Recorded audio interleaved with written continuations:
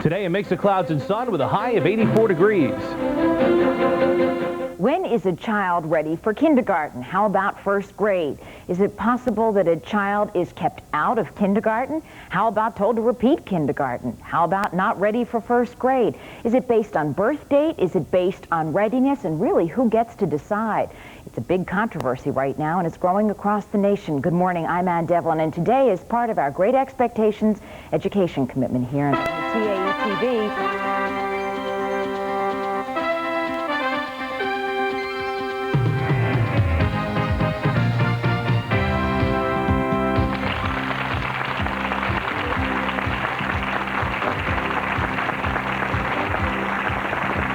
Good morning.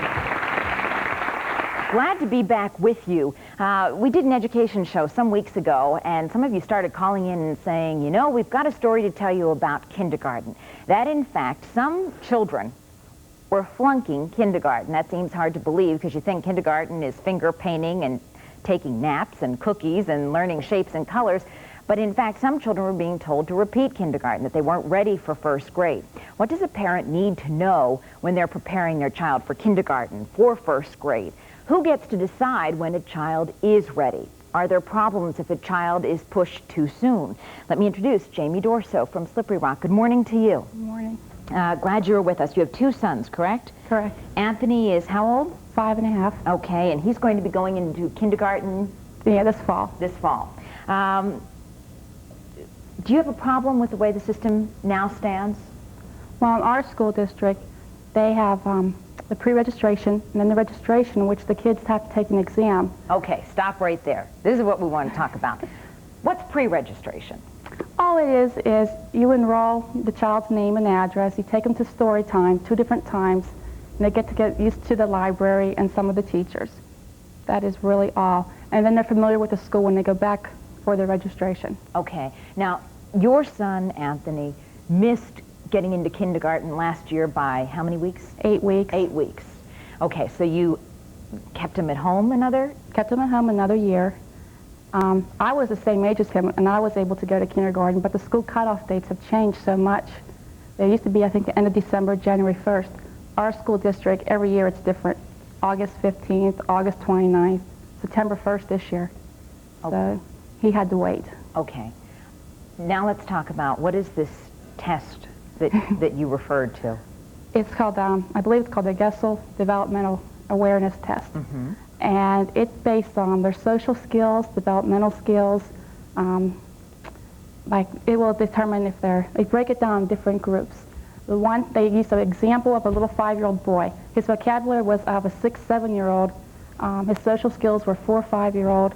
And they broke it down. He had more skills in the 4 or 5-year-old range than he did the 6, 7. So they said he wasn't ready for kindergarten.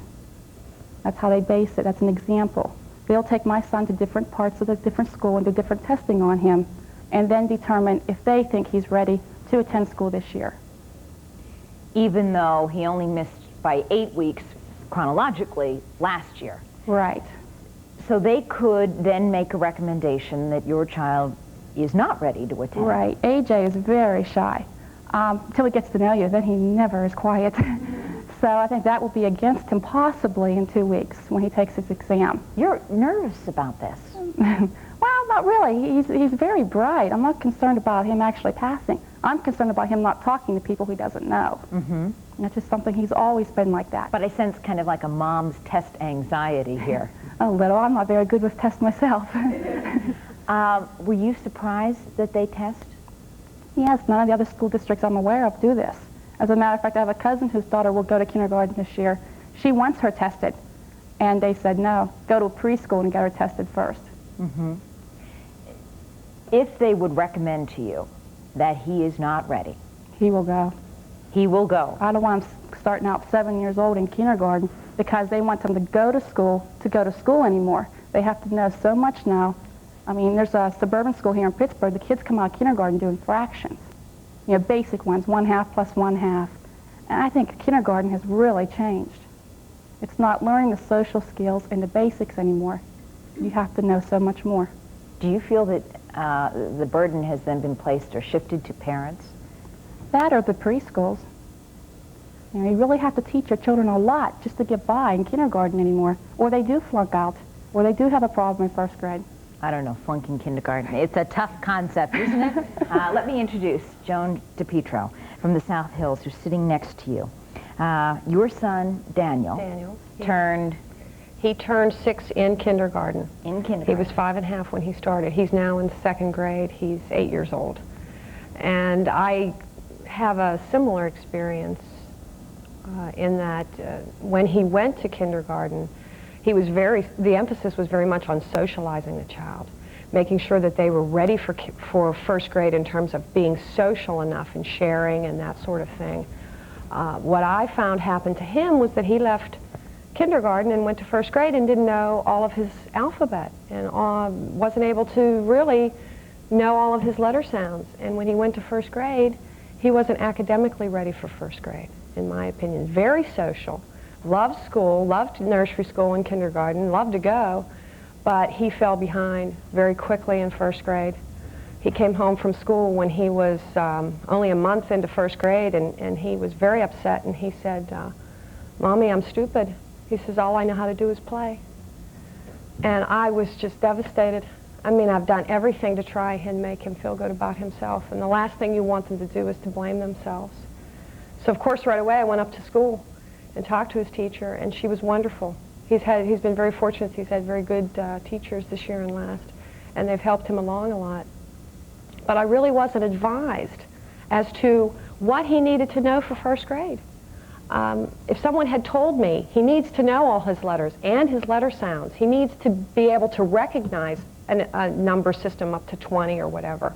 You know, they had pages in the books that they were turning to, and he didn't know how to recognize the number. So he couldn't follow along.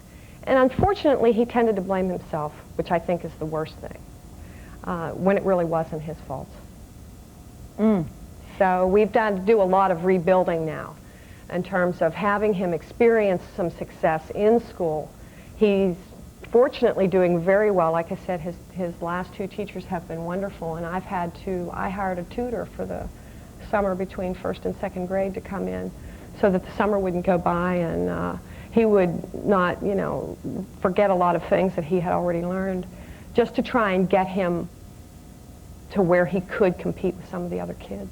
So Joan, you raise an issue here about how, we're talking about if children are ready for kindergarten, are parents ready to understand the demands that are going to be placed upon their children? And I really can't blame anyone but myself. I should have known more. I've always worked, either full-time or part-time. We've had inconsistent things in our house because I'm not at home every day for dinner. He needed more consistency in his life, and he definitely needed it in kindergarten, I think, and in preschool in terms of learning how to keep your desk. The children never had desks. So when he went to first grade, he wanted to get up out of his desk. And the teacher said, "Well, you know, he doesn't want to stay in his desk." And I said, "Well, he's never had to stay in a desk before." There were no toys in first grade like there are in the preschool. In preschool, when I viewed kindergarten, they were allowed to kind of wander around the classroom, and if they didn't want to listen to a story, they could go play with Lincoln Logs. Well, not in first grade. It's a different story. So I don't know that socially he could have been any readier for first grade than he was. I just wish that he either had a different experience or that I had maybe been told or thought of the fact that he needed more attention focusing. He needed to realize that now's the time we're going to do letters, we're going to do numbers, we're going to read, and we've established that now, but it's a little bit late. Okay. Thanks for sharing your story. Let's bring in someone from home. Carlene from Ellsworth. Good morning. Yes, good morning. I can look at this on 2 views. I am a parent of a child who we held back. He made the cutoff date by 8 days, but he would have been the youngest in his class. As a parent, I wanted to send him. My husband said, "No, we're going to hold him back," and it has worked out terrifically. He's now in 3rd grade, and he does well. But I'm also a preschool teacher, and I see how many parents emphatically believe because their child goes to preschool, they are automatically ready for kindergarten. And that's not necessarily true. They have their basic academics, which they will need to enter kindergarten. They don't have the social maturity or the emotional maturity yet to go. Even if they can leave mommy to get into that classroom situation, they still don't have that maturity to sit and listen for a 20-minute time span at a clip. And this is important to a child. But I think the main thing is that parents have to realize, as I did, that not starting them, whether it's by your choice or the school's choice, doesn't mean you're a failure.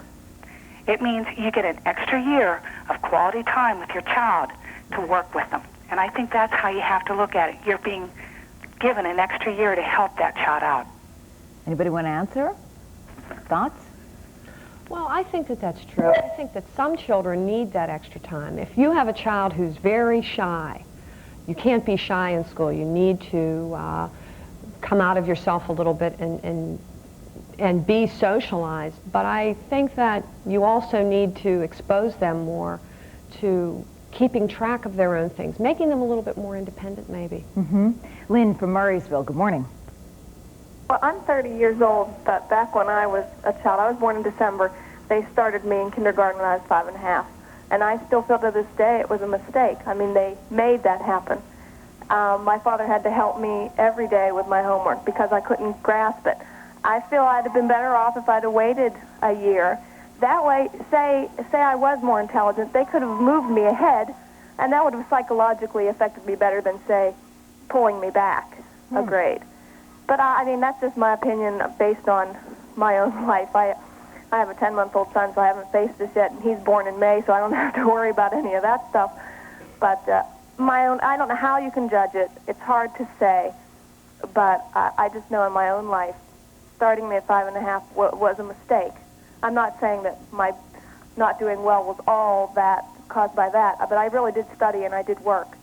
But I think they need some kind of test, but not like per school to decide on its own, but a general way of testing emotional and intelligence before they just say this is the date, whether you're ready or not, you start.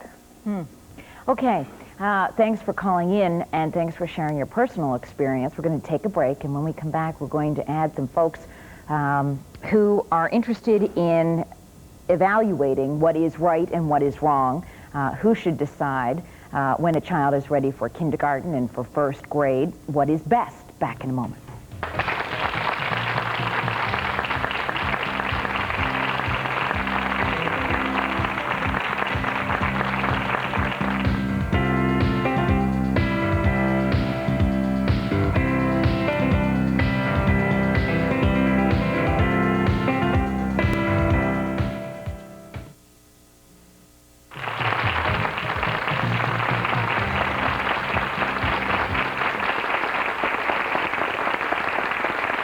This morning about when a child is ready for kindergarten and who should get to decide that, kindergarten or first grade, and is it possible to flunk kindergarten?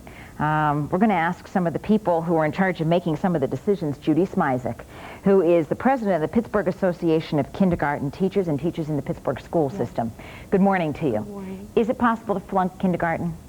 Well, I wouldn't say flunk kindergarten. I think it's possible not to be ready to move on to first grade, but I think those cases are very rare. I think the kindergarten classroom has to accommodate individual differences among the children so that each child feels successful when he leaves kindergarten. In the Pittsburgh Public School system, is there testing of children before they enter kindergarten? We screen our children not to see if they're ready for kindergarten, but to determine whether or not they're eligible for a Chapter 1 program for children who are at risk. And all children who are 5 by January 31st can come to school no matter what they score in the test.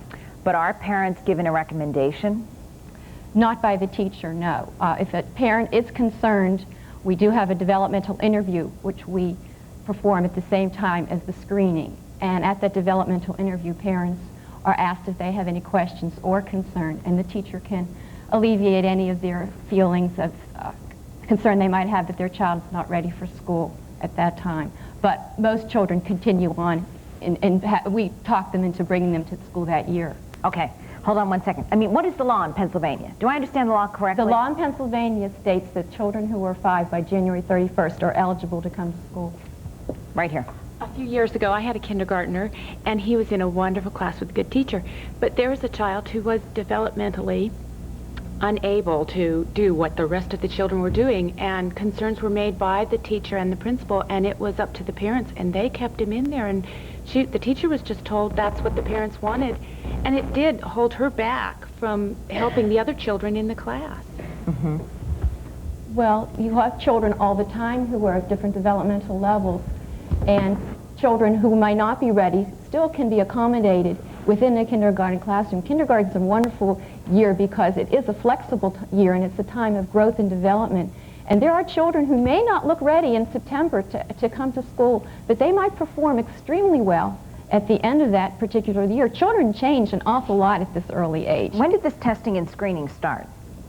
Well, the abbreviated kindergarten inventory, the test that we give, is given just to determine Chapter 1 eligibility, and it started more than 10 years ago in the Pittsburgh Public Schools. But I imagine there is a case where a child doesn't do well in the preliminary kindergarten inventory, and parents are advised that that's the case?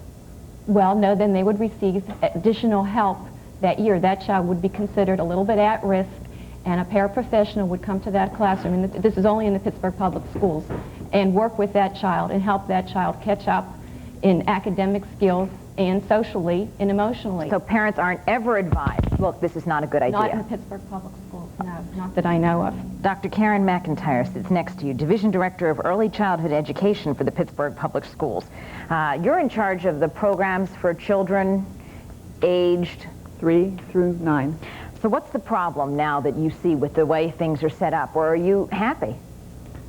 Well, we're in the process of changing to make sure that what we're doing with children is in fact appropriate, and that there's a continuum so the children keep moving and keep learning without being told at any time that you're not a success, that you are a failure. So our aim is to look for consistency and continuity, and to make sure that our programs, preschool through 3rd grade, are ready to accept and work with the children, and not to have the children have to accommodate to the program. What do parents need to know, though, to ready their child? I mean, does a child need to have a certain basic body of information before they enter kindergarten? Now, as a matter of fact, what we ask parents to do, and really encourage them to do, is to spend time with their child.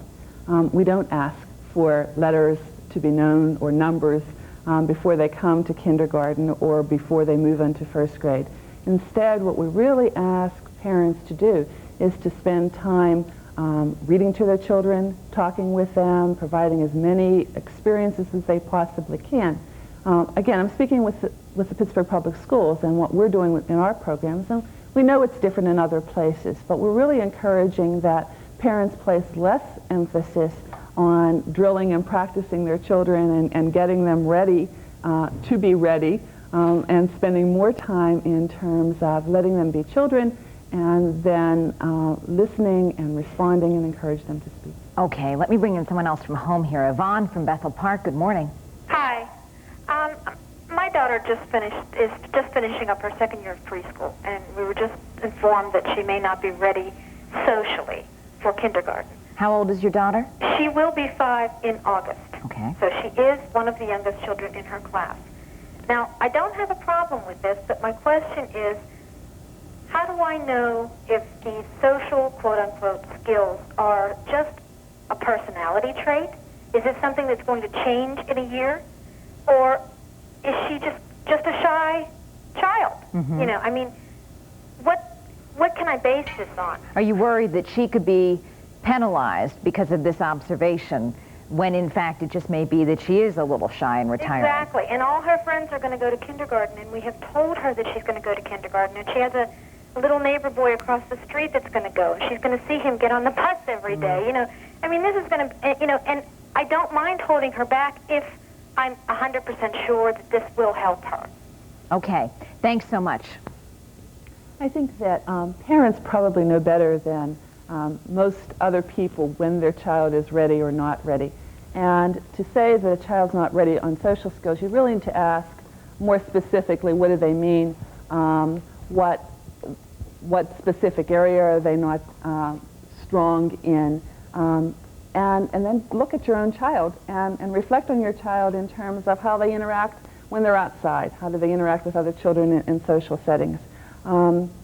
Again, parents have a good sense of what their child is able to do and how they function in a normal setting. Okay, I want to make the last of the introductions here, but I think that one question that we need to address somewhere along the way here is, I'm not sure that every parent is confident that testing is such a hot idea. I'm not sure that every parent is convinced that one negative indicator in one category should be enough to warrant holding a child back. I think some parents are astonished that this kind of testing even occurs, this kind of evaluation even occurs. It's like SATs for kindergarten kids. Hold on, let's introduce Dr. Roberta Schomburg, president of the Pittsburgh Association for the Education of Young Children. What's that group?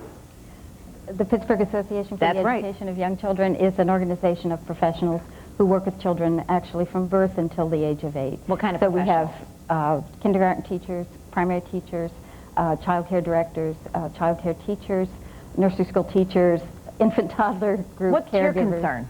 Well, our concern is that the National Association for the Education of Young Children has come out with a position statement on kindergarten policies. And the concern is that the kindergarten curriculum is now the same curriculum that was in the first or second grades 20 years ago. And this push-down curriculum has meant that we've had to do a lot of inappropriate things for children. One of those is testing. One is holding children out from kindergarten when in fact they're old enough to go. And all of this is due to the fact that the kindergarten curriculum is not developmentally appropriate for children. Wait a minute, I don't understand. Are you saying that what is expected of children in kindergarten is too sophisticated, too academic? It's too academic. In many ways it's not sophisticated enough, but it's too academic. It doesn't challenge children at the level in which they're operating, so that it focuses on rote memorization, which isn't the way that 5- and 6-year-olds learn. So what's wrong? I mean, do you see the testing, if you will, and I put that in quotes, of these children for their readiness? Is there a danger in that in your view? There's a big danger, but perhaps the more important thing is that the readiness tests or the screening tests that are used only have an error rate of 50%. So you could easily flip a coin and do just as well in determining if a child will be successful or not. Is that the danger? That's one of the dangers. And give me another one. The other danger is that we're holding out the very children often who should be in kindergartens to have that year to mature, to interact with other children. Those are the ones who are being asked to sit out a year. And that's a second danger. The third danger is that we're moving cutoff dates all over the country, so that when families move from one school district to another, You're in, you're out, you're in, you're out, right? All right, let's take a break. We'll leave our final introduction till the next segment. We'll keep you in suspense about that. I think another question people have, though, and concern perhaps is, are teachers just looking for one homogenized population in a classroom? An easy-to-control bunch, all essentially in the same developmental stage, so that it isn't as difficult for them to manage a population of children. Is that right? Hold on one second. No answers yet. We'll keep them in suspense. Coming right back.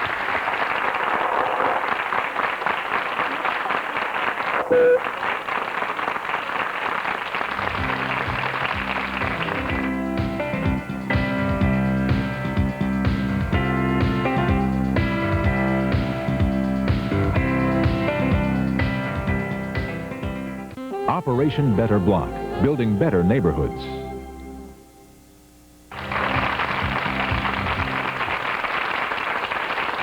As part of our WTAE-TV commitment to education, our Great Expectations project, we're talking about how to tell if your child is ready for kindergarten and really who gets to make the final decision about whether or not a child is ready. Dr. Marsha Poster is our final introduction this morning. She is the director of the Carnegie Mellon University Child Care Center and also the president of the Pennsylvania Association for the Education of Young Children.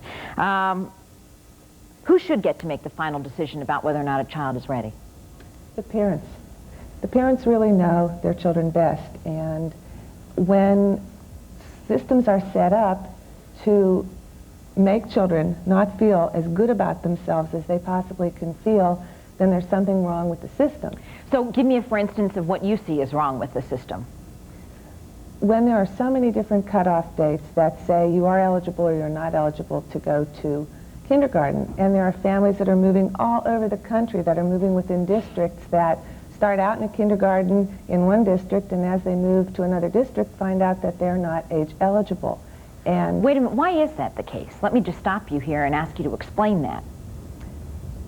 School districts set their own cutoff date. But I mean, isn't there somebody who's done like some big national study that would help people arrive at a general conclusion that in fact this is an obvious time? Well, the National Association for the Education of Young Children that Roberta mentioned has started networking, collaborating, moving out to talk about the message that those of us in early childhood have really known for quite some time.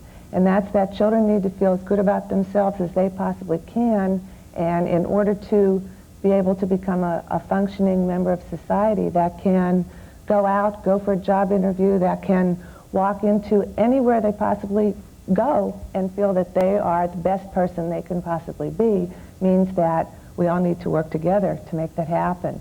And that if children moving into a kindergarten are in a program just based on age, and if we would say that when you're 5, you come to kindergarten, and that's the only real criteria that brings you to kindergartens, and people that are working with children, educators, administrators, teachers, parents, understand that curriculum should be developmentally appropriate, or addressing children exactly at the stage of development that they are. As they find them. Well, hold on. Could I just stop everything now? Isn't that the way it used to be? Before we got fancy with all of this testing and indexes and all the rest of it. I mean, isn't that the way it used to be 20 years ago? You hit 5, bingo, you were in school. Is that right? So, but along the way here, it seems as if these tests have been created to homogenize a population of kids so that a teacher would only have to deal with children who are all at the same stage. I think what's happened is that there was a period of time beginning about 10 years ago where businesses and corporations said we're not getting high school graduates who are appropriate and ready to join the workforce. And the whole United States became very conscious about accountability and making sure that our children were learning what they were supposed to be learning in school. But in kindergarten? And so we had a push-down effect. And high schools began telling middle schools what they needed to do, and middle schools started telling third grade teachers, and before you know it, kindergarten teachers were being told what they needed to teach. That's what started the dilemma. That doesn't make it right. Okay, I could just keep asking the questions here, but I need to share you all. Bonnie from Pleasant Hills, good morning. Yes, hi, Ann. Good morning. Hi. I noticed that the entire panel is just tiptoeing around the point here. The testing that my son had to go through in Jeffersonboro area was the parents were able to go in with the student. We got to sit down with the principal, and he had a discussion. He showed us the book that they would be tested out of, which was a series of pictures, this kindergarten testing book, and they had to relate to these pictures or say what the pictures were. Then they would go into another room and have a conversation with a teacher to see how articulate they were. Then we would get back to test scores as parents, and either they tested above average, average, or below average. If they tested below average, they told them to hold your students back, your child back. If they were average or above, they said put them in kindergarten. However, what these parents in this panel doesn't seem to realize is it's not if your child is ready for kindergarten. It's not if the teacher feels they're ready for kindergarten. I noticed none of them is telling you how to prepare your child for kindergarten. We're going to get to that, but I guess before we explored that, what I wanted to do was better understand how did these tests come about in the first place, and now we're hearing that the aim ought to be eliminate the tests, and that children, it should go back to the way things were. Would you agree with that? No, I disagree with that. I think the parents ought to be tested. What they're doing is testing these students to see what their parents have taught them, and the parents don't know what to teach their kid. I tell all parents of young children, you teach your kid how to read and write before they go to kindergarten, because when they get into kindergarten, the first thing they do is start showing them words. Do you know what this word is? Do you know what that word is? Teach your child that they have to sit at a desk and they're going to have paperwork. Teach them that the teacher's exactly what's going on in that classroom. None of this panel has even stressed the point. They're saying, well, when your child is ready, your child is not ready. Your child can be 20 years old and not be ready for school if he's sitting at home playing every day around his mother and father. Okay, thanks for calling in. Reaction? I feel that the problem she's addressing is the curriculum and the program that her district is using. Perhaps putting pencils and papers in children's hands right at the beginning of kindergarten is an inappropriate task for that particular child to do. And that's exactly what Dr. McIntyre was mentioning with the push-down effect. And that is what has happened in other districts. It's not happened in the city of Pittsburgh, so to speak, but from what I'm hearing from people talking, that they are testing children to see if they can perform these particular tasks, which I, in fact, in the Pittsburgh district, am preparing children to do maybe second semester or when the child is developmentally ready to perform such tasks. And maybe they need to look at the curriculum and the program that's in operation in their district. Okay, right here. Well, I see parents so scared to put their children in kindergarten. We have a September 1st cutoff. And I see so many children, the parents are saying, well, he has a summer birthday, so I'm just not going to send him. Without having the child tested, without having any valid reasons, sure, if your child has a learning disability or needs maturity, but just because his birthday is this and the cutoff date is this and that, I see no continuity for any of that, which means the people who do put their children in, who do meet the deadline, and they've held their child back, then they're a year older always. Mm-hmm. And you don't think that's a good idea for necessarily for their because I self-esteem? do have a child who has a June birthday, and so he's always competing with children always older than him because of the September cutoff date. But now he's also competing with children from the May before who turned 6 before they even entered kindergarten. All right. Well, hold on one second. I know you have thoughts to share, but we need to take a break. We'll come back in just a moment.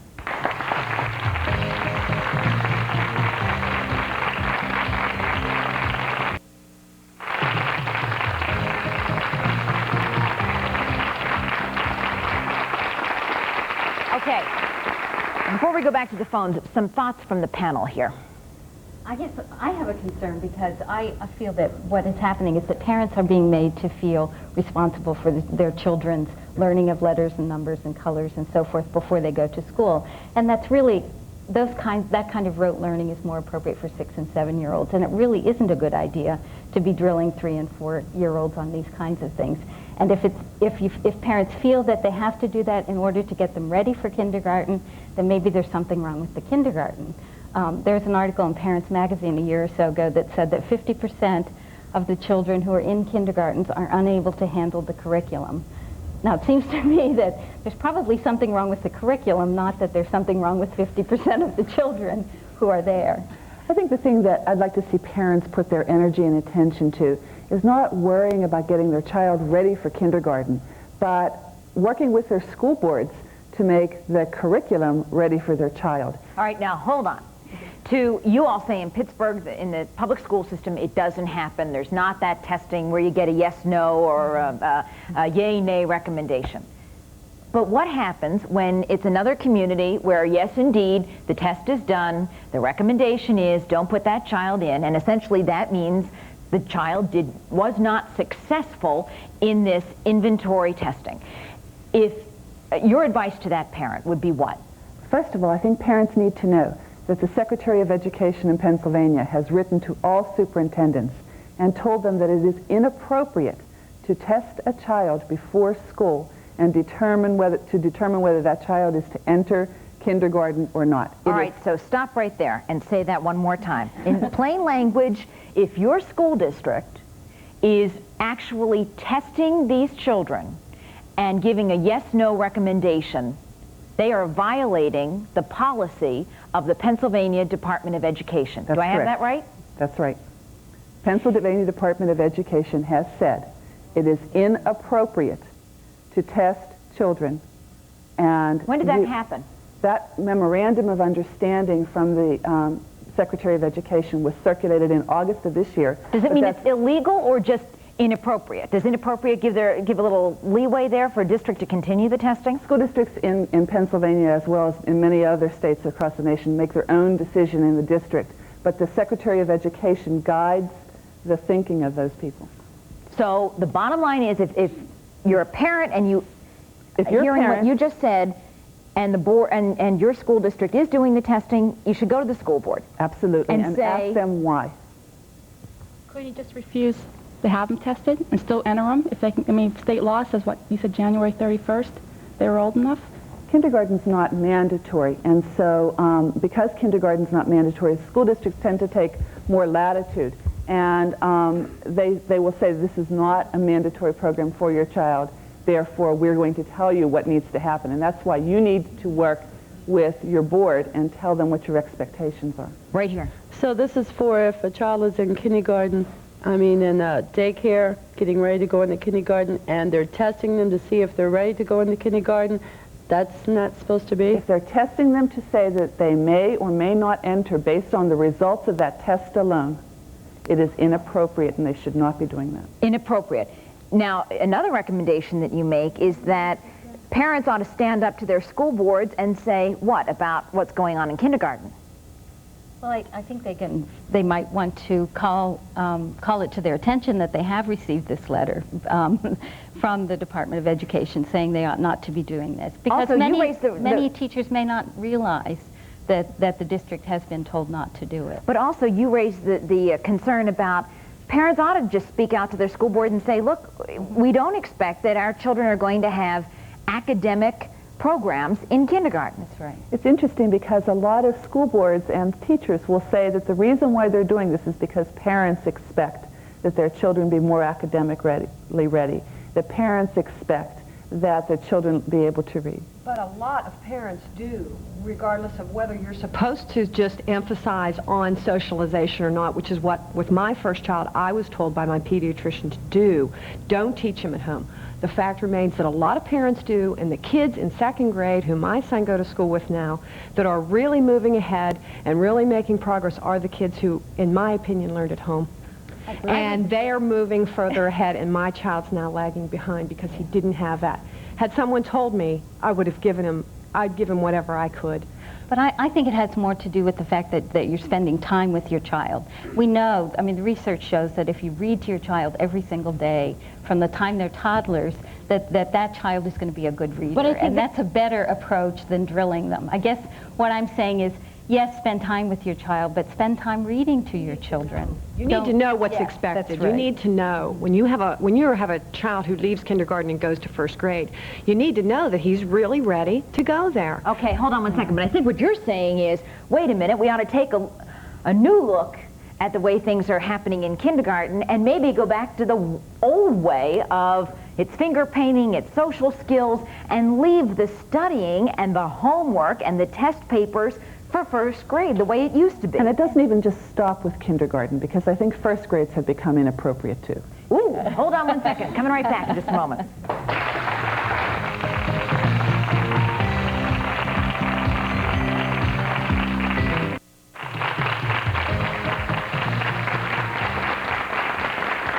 All right, I'm going to ask everyone to be brief here in this final segment so that we all can fit in as much as possible. Go. I find it very confusing. It seems you had said in the beginning that the children are coming out of high school not being mature enough to have a job, and it trickled down to grammar, to kindergarten, and it seems like, but nobody really knows what they want. You say you'd like them, or at least this is what I got out of you, was you'd like them to be more socially mature, to be able to sit in their seat. The heck with the ABCs and the colors and the stuff like that. But then I get the information from other people that 85% of the mothers already have their children doing the alphabet and everything else. So wouldn't that, in fact, if you've got one kid that does the alphabet and one that sits there politely, they're both on a different level. So where does it start? Where does it stop? And one other comment for the lady at the end was, if you leave it up to the parents, wouldn't that be dangerous, in fact, because you have some parents who are so ambitious to push their child, go, Susie, go.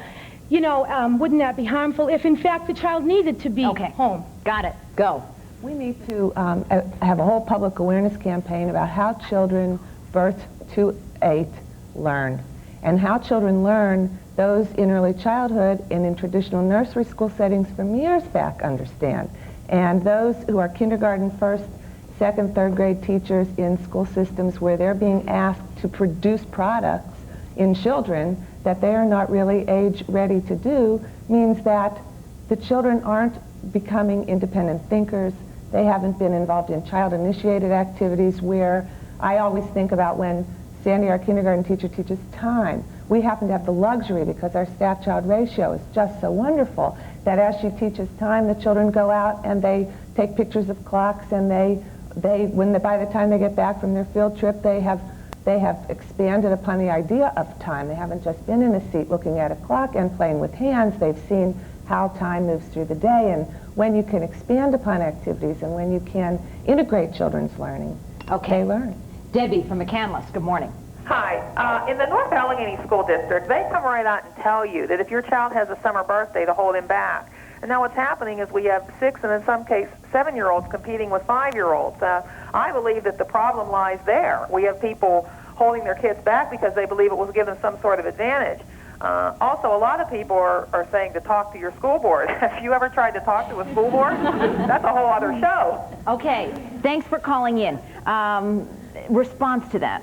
I guess the practice that she's describing is what we call red shirting, and that's holding children out who are technically able to go. And the danger, I think, is that then the following year you end up having children in that classroom who really aren't being challenged the way that they ought to be because they're the oldest ones in the group. And so I think we have to be careful when we're in a situation of holding children out when they really could be going. And then what happens is we end up with kindergartens primarily of 5 to 6.5, even 7-year-olds.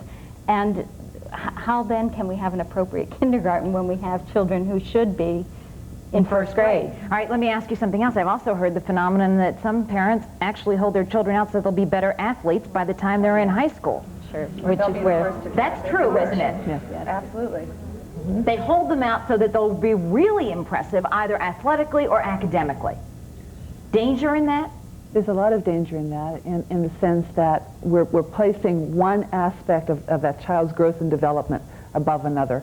And I think we have to be careful when we think about children and beginning prenatally. We have to think about them growing and developing in a holistic manner, so that even when we talk about social versus academic, neither of those is correct. It needs to be a balance between socialization skills and academic skills. And if you feel that that is not what your school board is promoting, or your kindergarten is promoting, wherever our viewers may be, speak up. We pay taxes that keep our school systems Amen. running. It's April 15th. We all know that. We yes. know that. And we're sending our most important investment to those school districts to be educated. And no matter how hard it is or how difficult it is initially, I think it is an imperative for parents and for educators to speak up and say what's appropriate. All right. When you say to young children, you give them the message that we're holding you back, you need to repeat, what is the message? And parents are really put in a very difficult position by needing to respond to that, and who is hearing that message but the children? Okay, got to take a break. Coming back to say goodbye in a moment.